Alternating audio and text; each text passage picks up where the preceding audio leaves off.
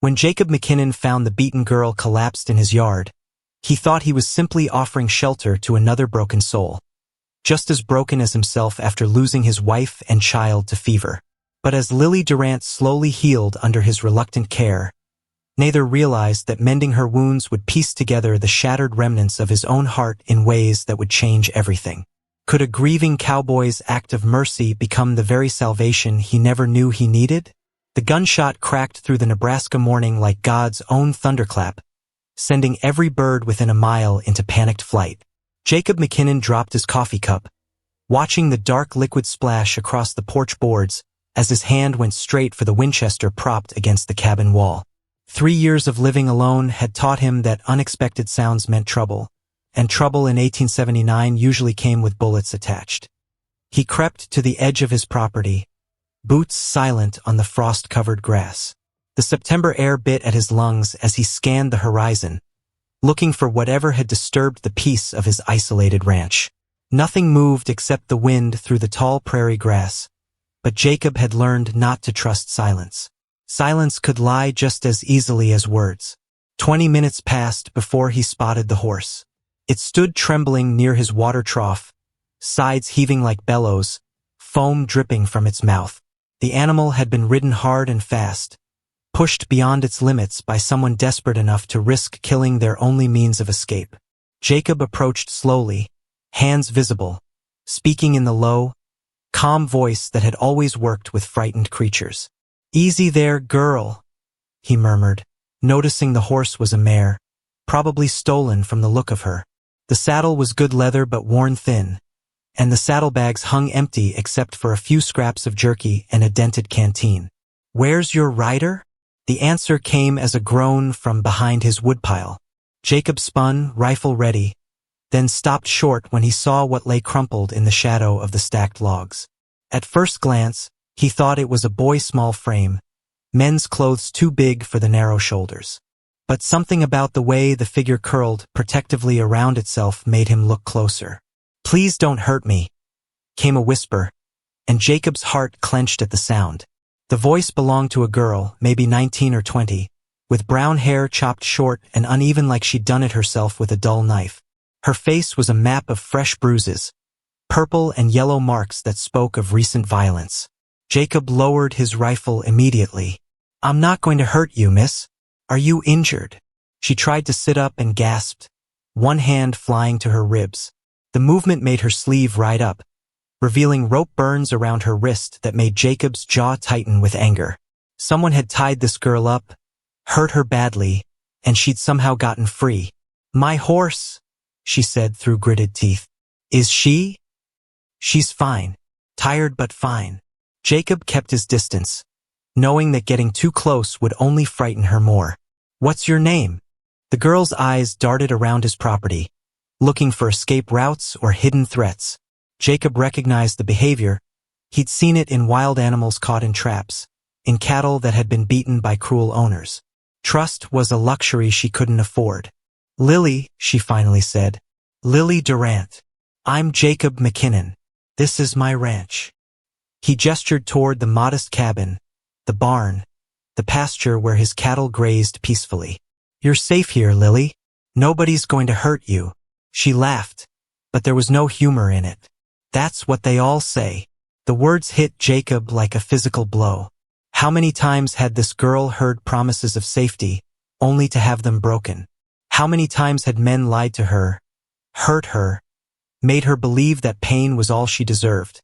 "I lost my wife and son 3 years ago," he said quietly. "Fever took them both. Haven't had much use for words since then, so when I give you mine, you can trust them. You're safe here."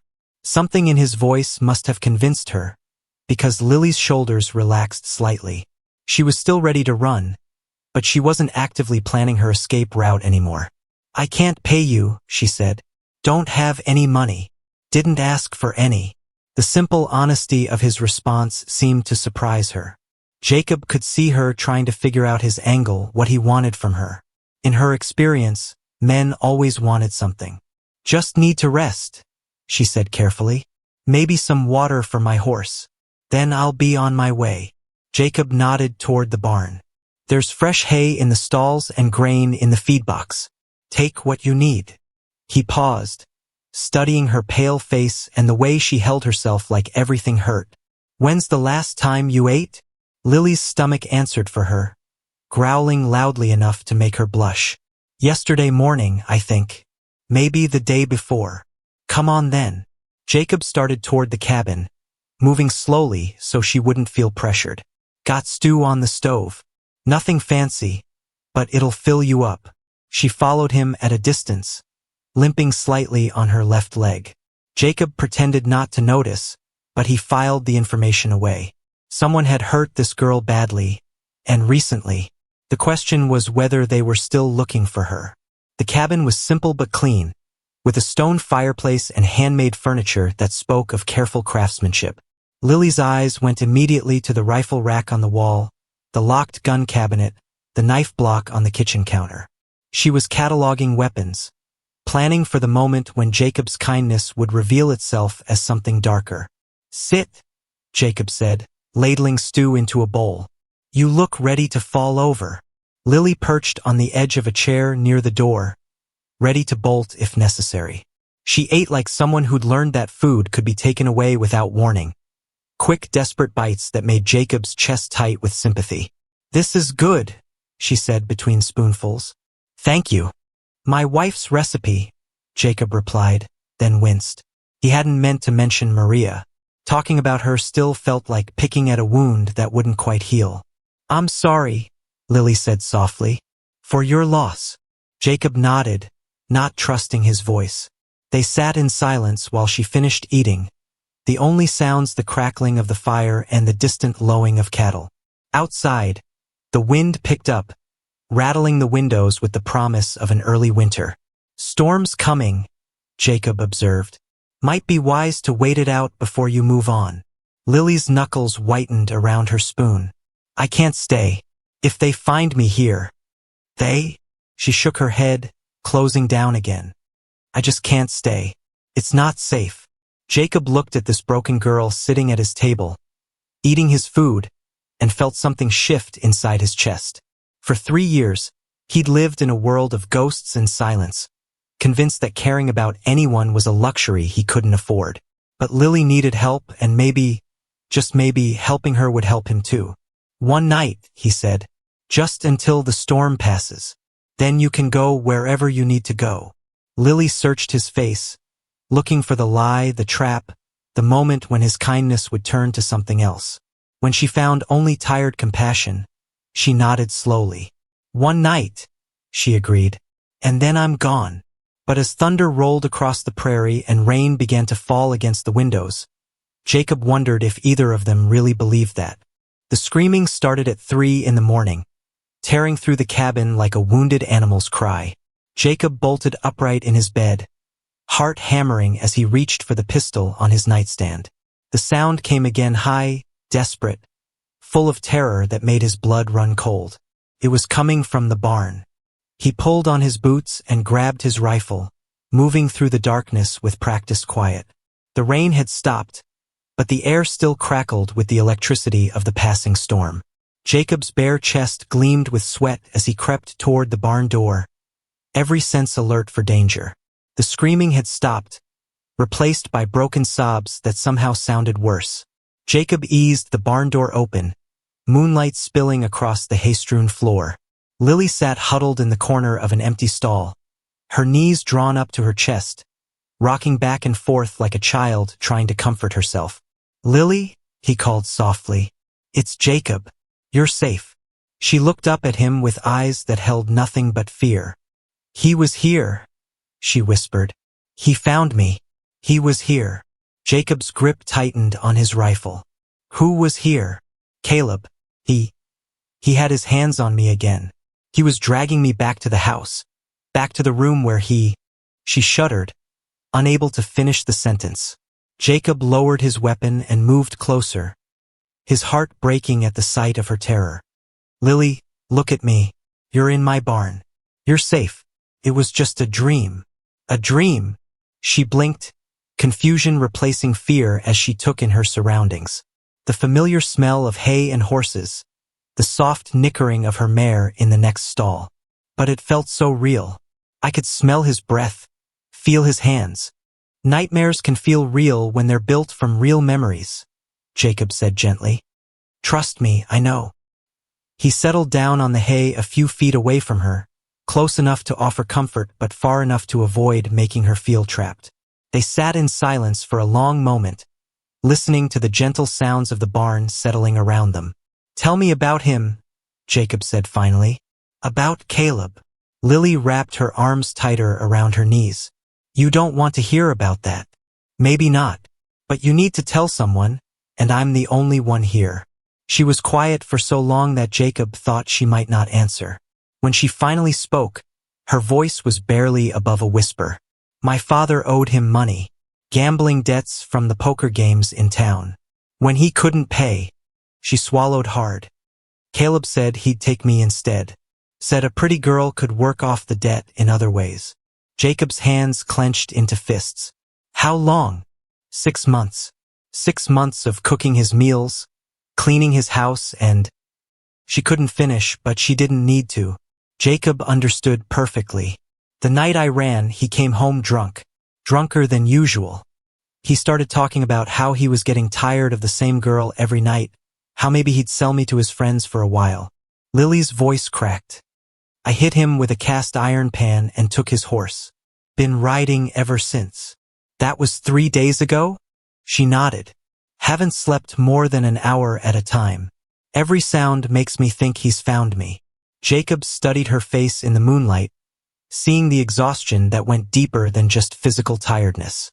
This girl had been running on fear and desperation for days, and she was close to breaking. He can't have you, Jacob said quietly.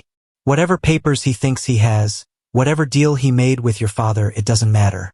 You're a human being, not property. Tell that to the law, Lily said bitterly.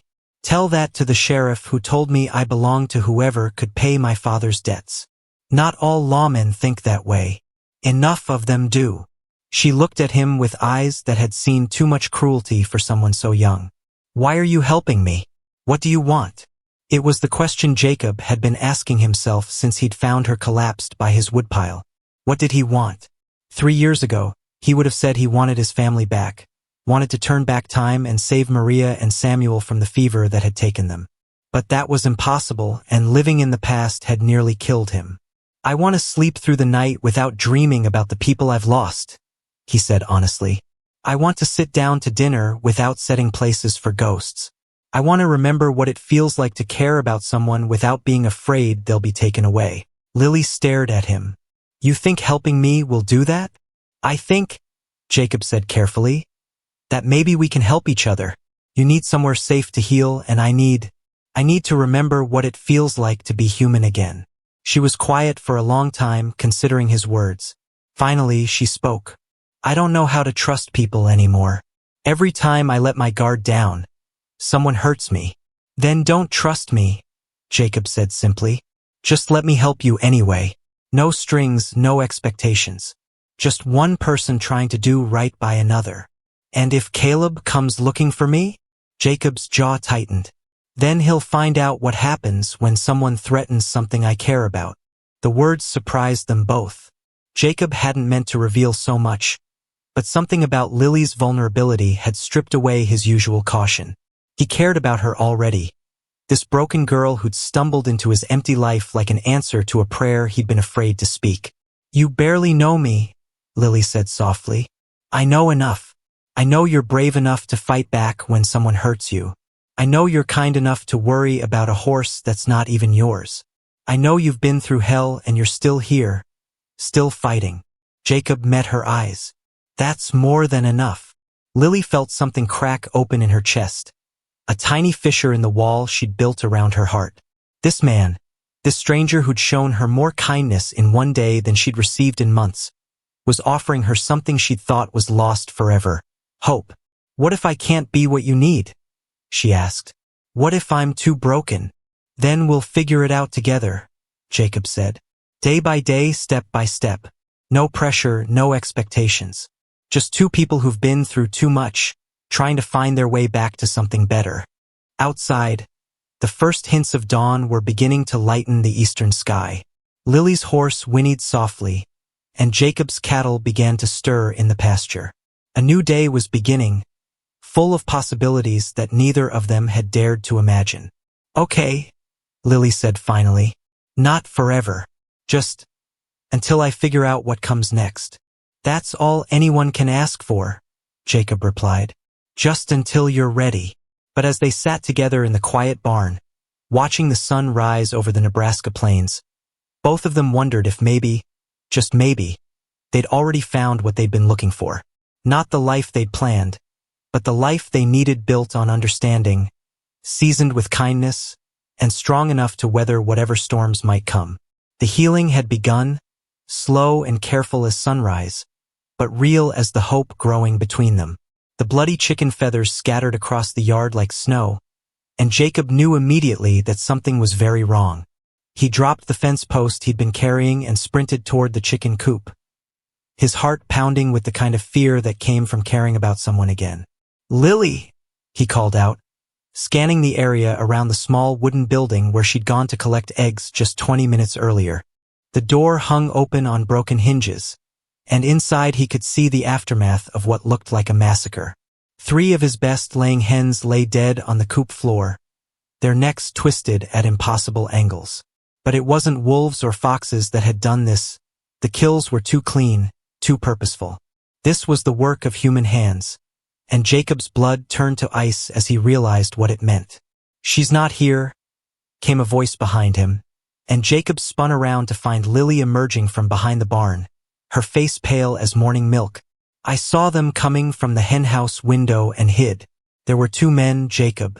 They knew my name." Jacob's hand moved instinctively to the gun on his hip. "Did you recognize them?" "One of them, Billy Marsh from Clearwater. He used to drink with Caleb." Lily's voice shook despite her attempt to sound calm. "They were asking the chickens questions like they were people, pretending to have a conversation. Said they were looking for a runaway girl and wondered if the hens had seen anything." The cruel mockery of it made Jacob's jaw clench with anger. These weren't just hired hands looking for a bounty. They were men who enjoyed their work, who took pleasure in the hunt. "What else did they say?" Lily wrapped her arms around herself, though the October morning was warm enough. "Billy told the other man that Caleb was getting impatient. Said he'd put word out to every town between here and the Colorado border, offering $50 for information about where I might be hiding." $50 was more money than most ranch hands saw in 3 months. It was enough to make even honest men consider turning in a frightened girl, especially if they convinced themselves she belonged to Caleb anyway. "They rode east when they left," Lily continued, "toward the Morrison place. But Jacob, if they're talking to all the neighbors..." She didn't need to finish the thought. The nearest ranch was only 5 miles away, and the Morrisons had always been friendly with Jacob. But friendship had its limits when that much money was involved, especially during a hard year when the cattle prices had dropped and everyone was struggling to make ends meet.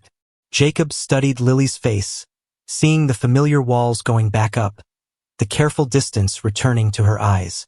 She was already planning to run again, to disappear before she brought more trouble to his door.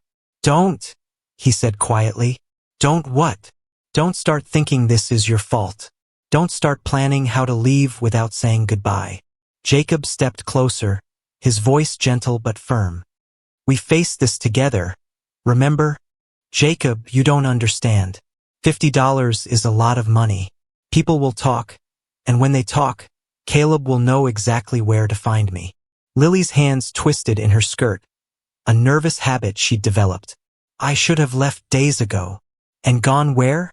How far do you think you'd get on foot with winter coming?" Jacob shook his head. "Running isn't the answer anymore, Lily. It's time to make a stand." "Against Caleb? Against the law?" "Jacob, you're one man with a ranch to protect. I'm not worth losing everything over." The words hit Jacob like a physical blow, and he saw the moment Lily realized what she'd said. The hurt that flashed across his face made her step back, as if she could take the words back by putting distance between them. "You think that's what this is about?" Jacob asked quietly. "You think I'm keeping you here out of charity?" out of some misguided sense of duty. Lily's chin lifted with stubborn pride, but her eyes were bright with unshed tears. Isn't it? Come here, Jacob said, and something in his tone made her obey despite her instincts to flee. He led her to the porch steps, where they'd sat so many evenings watching the sunset paint the sky in shades of gold and red. 3 weeks ago, I woke up every morning wishing I hadn't, Jacob said, his voice rough with emotion. I went to bed every night hoping the dreams wouldn't come. I ate meals without tasting them, did chores without thinking about them, lived each day like I was already dead inside. Lily sat very still beside him, afraid to break whatever spell was making him speak so honestly. Then you stumbled into my yard, half dead and twice as stubborn, and everything changed. Jacob turned to look at her, his green eyes intense with feeling. You brought life back to this place, Lily. Real life, not just going through the motions. When you laugh at something I say, when you hum while you're working in the garden, when you argue with me about the best way to train horses, that's when I remember what it feels like to be alive. Jacob, I'm not protecting you out of duty, he continued. I'm protecting you because losing you would be like losing Maria and Samuel all over again, except this time I'd have a choice in the matter. This time I can fight back. The confession hung between them like a bridge neither of them had expected to cross so soon. Lily felt her careful walls crumbling, replaced by something warm and terrifying and wonderful. I care about you too, she whispered. More than I should, more than I planned. But Jacob, caring about people gets them hurt. Everyone who's ever tried to help me has paid for it. Then it's a good thing I'm harder to break than most people, Jacob said with a slight smile. Besides, I've got something Caleb doesn't expect. What's that? You. The real you, not the frightened girl who ran away in the night. The woman who can shoot a rifle straighter than most men. Who can gentle a spooked horse with just her voice. Who's got more courage in her little finger than Caleb has in his whole body. Jacob reached for her hand, intertwining their fingers. He's expecting to chase down a victim. Instead, he's going to find a fighter. Lily looked down at their joined hands, marveling at how right it felt. 3 months ago, any man's touch would have made her flinch. But Jacob's hands were gentle, calloused from honest work, warm with the promise of safety. What are you suggesting? She asked. I'm suggesting we stop running and start planning. Caleb wants a fight? Let's give him one, but on our terms, on our ground. Jacob's voice grew determined. But first, we need to know exactly what we're up against. As if summoned by his words, the sound of approaching hoofbeats echoed across the prairie. Jacob tensed, his hand moving to his gun, but Lily recognized the rider before he crested the hill. It's Judge Morrison, she said, relief flooding her voice. From town. The elderly judge rode up to their porch with the careful dignity of a man who'd spent 40 years dispensing justice on the frontier. His weathered face was grim, and he carried himself like someone bearing bad news. Jacob, Miss Durant, he said, tipping his hat. I'm afraid I have some troubling information to share. About Caleb Reeves? Jacob asked. Among other things. The judge dismounted slowly, his age showing in the careful way he moved. May I sit down? This conversation might take a while. As they settled on the porch, Judge Morrison fixed them both with a serious look. Caleb Reeves has been to see me. Claims he has legal papers giving him guardianship over Miss Durant here. Says she stole his horse when she ran away. Lily's face went white, but Jacob's hand tightened reassuringly around hers. What kind of papers? Jacob asked. Debt settlement documents, signed by her father. They appear to be legal, though I have serious questions about the circumstances under which they were obtained. The judge's voice was carefully neutral, but his eyes held a spark of anger. The bigger problem is that Sheriff Watson seems inclined to enforce them. Watson's in Caleb's pocket, Lily said bitterly. Has been for years. Perhaps. But the law is the law even when we don't like it. Judge Morrison leaned forward, his voice dropping to a conspiratorial whisper. However, there might be a way around this particular law. It would require some creative interpretation of territorial statutes, and it would definitely require Miss Durant to be willing to take a significant risk. Jacob and Lily exchanged glances, both thinking the same thing. Whatever the judge had in mind, it was their only hope of staying together. "What kind of risk?" Jacob asked. Judge Morrison smiled for the first time since arriving, and suddenly he looked less like a tired old man and more like the sharp legal mind that had been outwitting corrupt officials for decades. "The kind that could either set you both free," he said, "or land you both in jail. Are you interested in hearing more?" The plan was either brilliant or completely insane, and Jacob couldn't decide which as he watched Judge Morrison spread legal documents across his kitchen table like a general planning a battle. The lamplight flickered across pages of territorial law and property rights, creating shadows that seemed to dance with the weight of what they were about to attempt. Under Nebraska Territorial Statute 47, the judge explained, pointing to a specific paragraph with his gnarled finger, any debt settlement involving a person as collateral becomes null and void if that person can prove they were coerced or threatened into the arrangement. Lily leaned forward, hope and fear warring in her expression. "But how can I prove that? It's my word against Caleb's, and he's got papers." "Ah, but that's where things get interesting," Morrison continued, his eyes twinkling with the satisfaction of a man who'd found a loophole in an unjust system. "The law also states that such arrangements must be witnessed by a neutral party, someone not involved in the original debt. Was there anyone present when your father signed those papers besides you and Caleb?" "Just Billy Marsh," Lily said, then paused as understanding dawned. "Wait, Billy works for Caleb. Has for 2 years. That means he wasn't neutral, was he?" "Precisely, which makes the entire contract legally questionable." Judge Morrison shuffled through more papers. "But here's the real clever part. To challenge the contract, you'll need to appear before a territorial magistrate, and the nearest magistrate happens to be in Lincoln, 3 days' ride from here." Jacob saw the trap immediately. "Caleb will never let us get that far.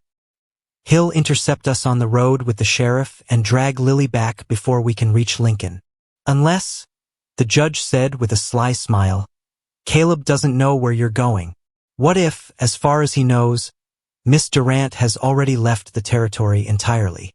The plan that followed was so audacious that Jacob found himself grinning despite the danger. They would stage Lily's apparent death, a tragic accident that would send Caleb looking for a body instead of a living girl. Meanwhile, Lily would travel to Lincoln disguised as Jacob's nephew, seeking legal help while hidden in plain sight. "It's dangerous," Morrison warned. "If you're caught, I can't protect you from charges of fraud and conspiracy. Caleb has friends in high places, and they won't appreciate being made fools of." "What choice do we have?" Lily asked quietly. "Run for the rest of my life? Hope Caleb gets tired of chasing me?" She shook her head. "I'm tired of being afraid. If this is our chance to end it, I'm willing to take the risk." Jacob studied her face, seeing the determination there, the courage that had carried her through 6 months of hell and brought her to his door. "When do we start?" "Tomorrow night," Morrison said. "There's a creek about 2 miles south of here that runs deep and fast this time of year. Perfect place for a tragic drowning accident." The next evening, as storm clouds gathered overhead, Jacob found himself standing at the edge of Willow Creek with a heavy heart.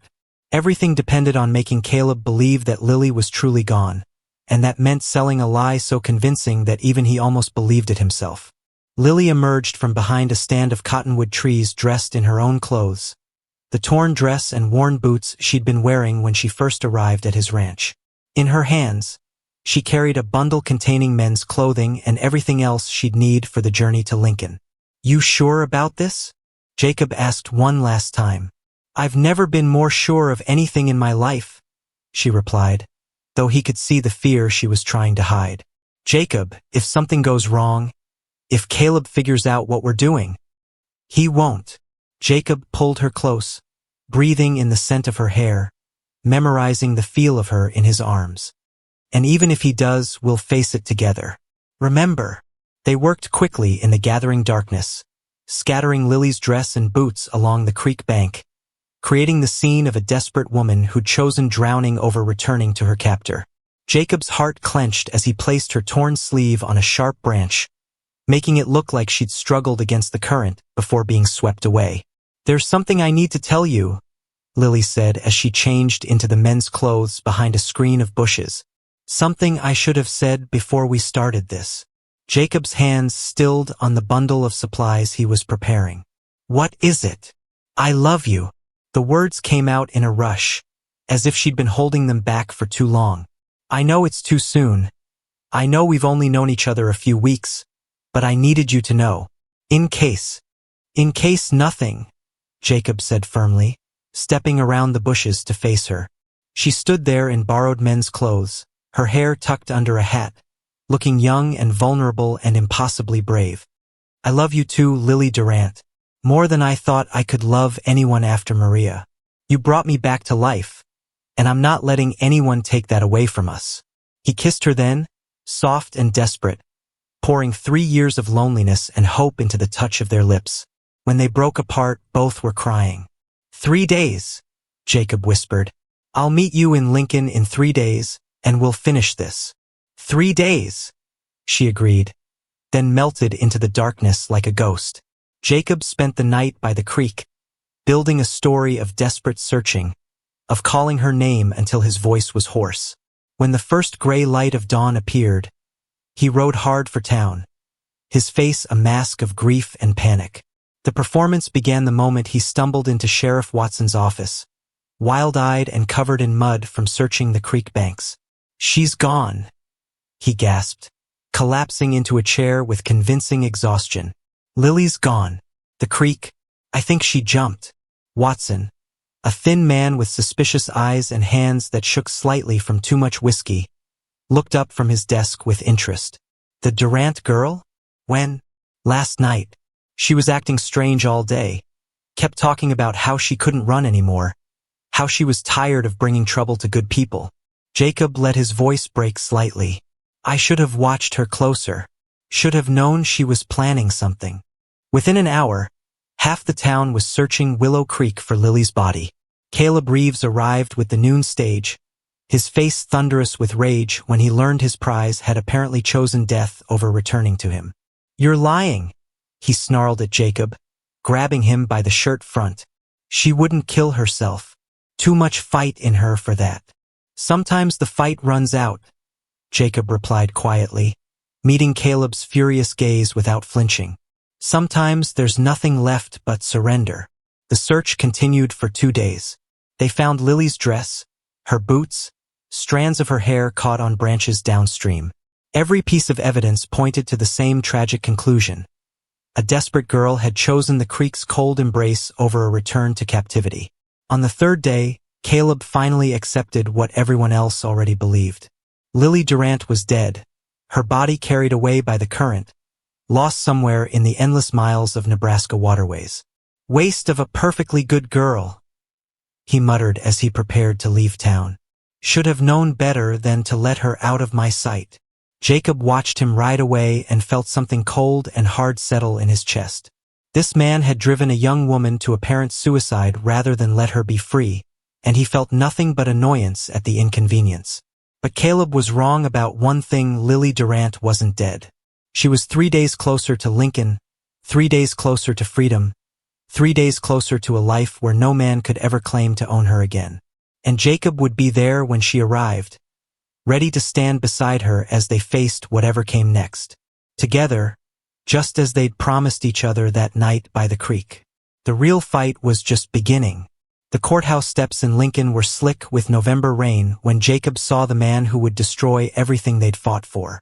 Judge Morrison stood frozen halfway up the stone steps, his face white as winter snow, staring at a figure emerging from a black carriage like death itself stepping into the world.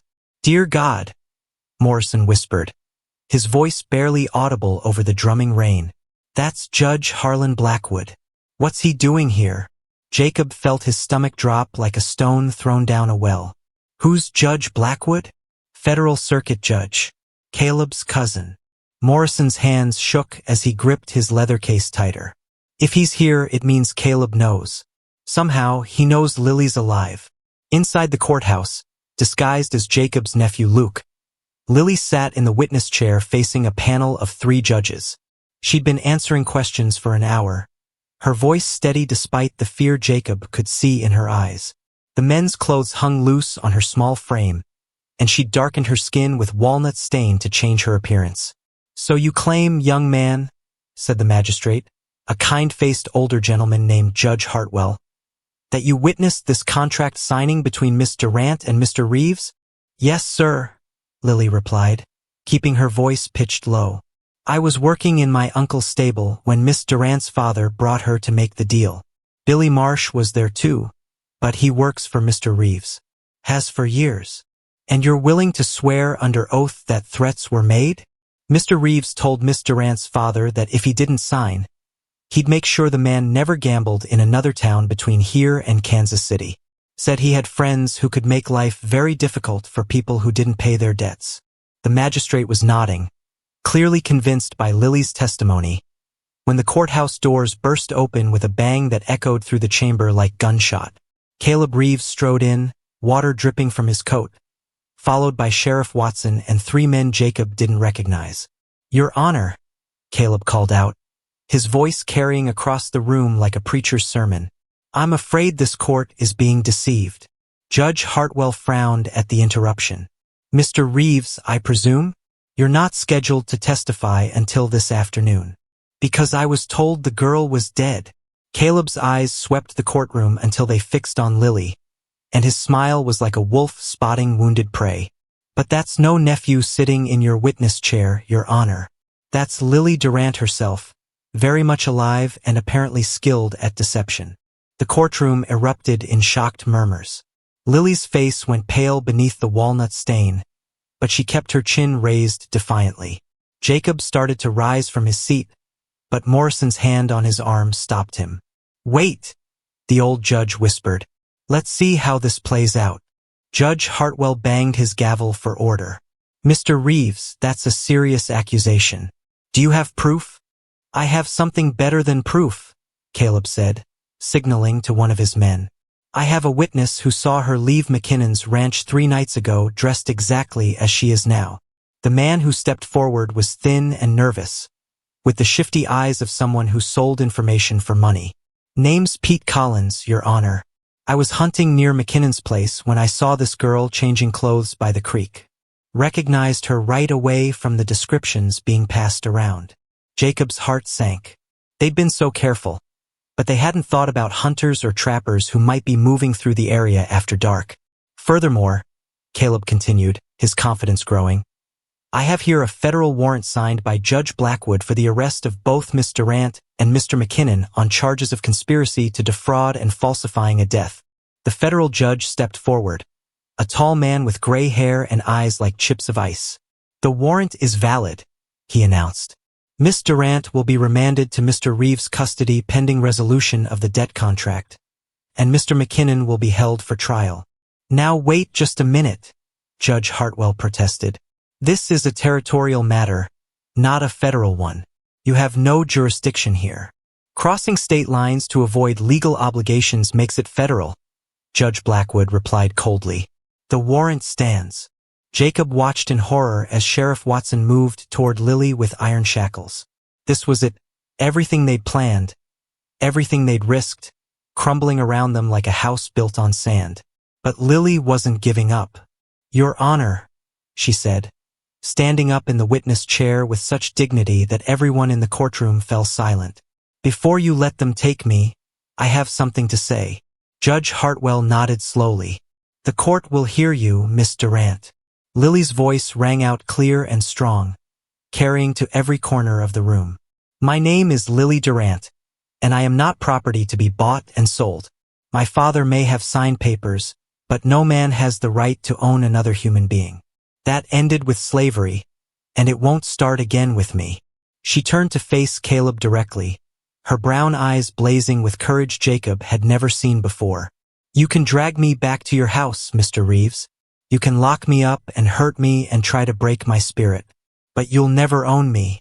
Not my heart, not my soul, not the part of me that chooses to love instead of hate." "Pretty words," Caleb sneered. "But words don't change the law." "Maybe not," Lily said quietly. But sometimes they change people's minds. She was right. Jacob could see it in the faces around the courtroom. Farmers and shopkeepers and ordinary citizens who'd come to watch the proceedings. They were looking at Caleb with disgust, at Lily with admiration, and at the federal judge with growing suspicion.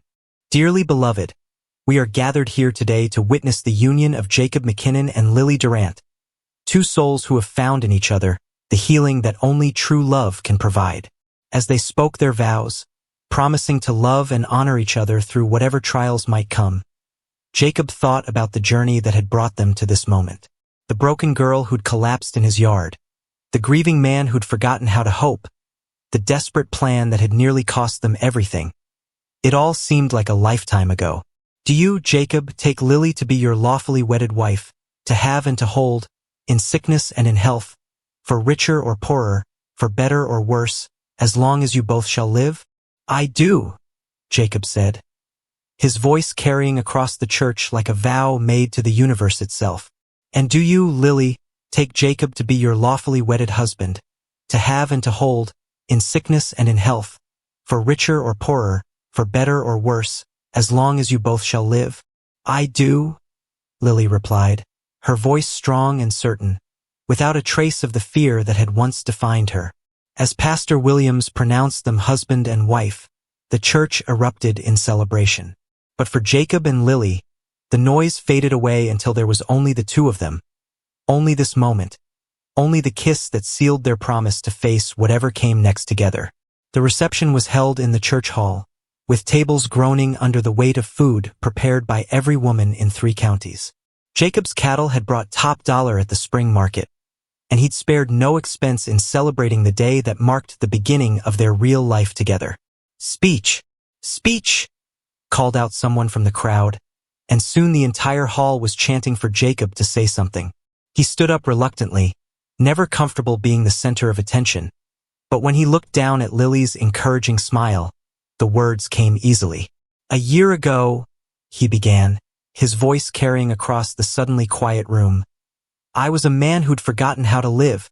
I went through each day like a ghost, existing but not really alive, convinced that the best parts of my life were buried in the ground with my first family. He paused, looking out at the sea of faces, neighbors and friends who'd watched his journey from grief to hope. Then a stubborn, brave, impossible woman stumbled into my world and reminded me that hearts can break and heal at the same time.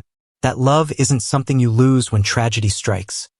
It's something you choose, over and over again, every single day. Jacob turned to look at Lily, his wife, his future, his proof that miracles still happened on the Nebraska plains. Lily Durant McKinnon, you saved my life in every way a person can be saved. And I promise you, here in front of everyone who matters to us, that I'll spend the rest of my days trying to be worthy of the gift you've given me.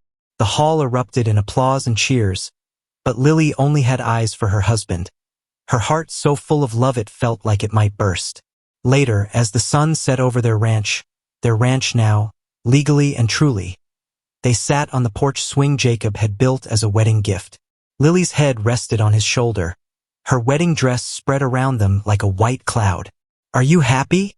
Jacob asked, the same question he'd asked her that first night when she'd agreed to stay. Happy doesn't begin to cover it, Lily said, echoing his words from the morning. I feel like I'm living in a dream I never dared to have. What kind of dream? The kind where the broken girl gets the fairy tale ending, where the man who saved her turns out to be the love of her life, where they build something beautiful together out of all the pieces of their shattered hearts. Jacob kissed the top of her head, breathing in the scent of orange blossoms from her hair. It's not a dream, Mrs. McKinnon. It's real as the ground under our feet, real as the love in your eyes, real as the future we're going to build together. In the distance, cattle lowed softly in the evening air, and somewhere a night bird called to its mate. The sounds of home, of peace, of a life worth living. Jacob, Lily said quietly, her hand moving to rest on her stomach. There's something I need to tell you. He tensed slightly, old fears rising automatically. What is it? She looked up at him with eyes that sparkled with joy and mischief. We're going to have a baby. The words hit him like lightning, illuminating every corner of his world with sudden, brilliant hope. A baby, their baby, living proof that love could triumph over loss, that broken people could create something whole and beautiful together. A baby? He repeated, his voice filled with wonder. Are you happy? She asked, borrowing his favorite question. Happy? Jacob said, pulling her close. Doesn't begin to cover it. As the stars emerged overhead, they sat together in comfortable silence, two souls who'd found each other in the darkness and chosen to build a life in the light. The wind carried the scent of growing things, of rain and grass and the endless possibility of tomorrow. In the end, Jacob thought, watching his wife's face in the starlight, it wasn't about being worthy of love. It was about being brave enough to accept it when it came, broken edges and all. They'd both carried wounds that seemed too deep to heal, but love, real love, didn't demand perfection. It just asked for honesty, for presence, for the courage to keep choosing each other, day after day, season after season. And when their daughter was born on a crisp October morning, exactly 1 year after Lily had first stumbled into his yard, Jacob held her in his shaking hands and saw the future looking back at him with eyes the color of autumn leaves. They named her Hope, because sometimes the most powerful thing you can do is believe in tomorrow, even when today feels like the end of the world. The little girl who'd been born from their love would grow up knowing that she was wanted, cherished, protected by parents who understood the value of the gift they'd been given. She would never know hunger or fear or the cruel touch of those who saw people as property to be bought and sold. Years passed, and their family grew. 2 more children who filled their home with laughter and light. The ranch prospered under Jacob's careful management and Lily's fierce determination. They became pillars of their community, known for their generosity to those in need, their willingness to stand up for the powerless, their proof that love could overcome even the darkest circumstances. And sometimes, on quiet evenings when the work was done and the children were asleep, Jacob and Lily would sit on their porch and remember the broken souls they'd once been. They'd think about the journey that had brought them together, the pain, the fear, the desperate gamble that had nearly cost them everything. But mostly, they'd look forward to tomorrow, to the endless possibility of a life built on love, sustained by hope, and made stronger by every challenge they'd overcome together. In the end, that was enough. It was everything. The mended heart beats strongest of all.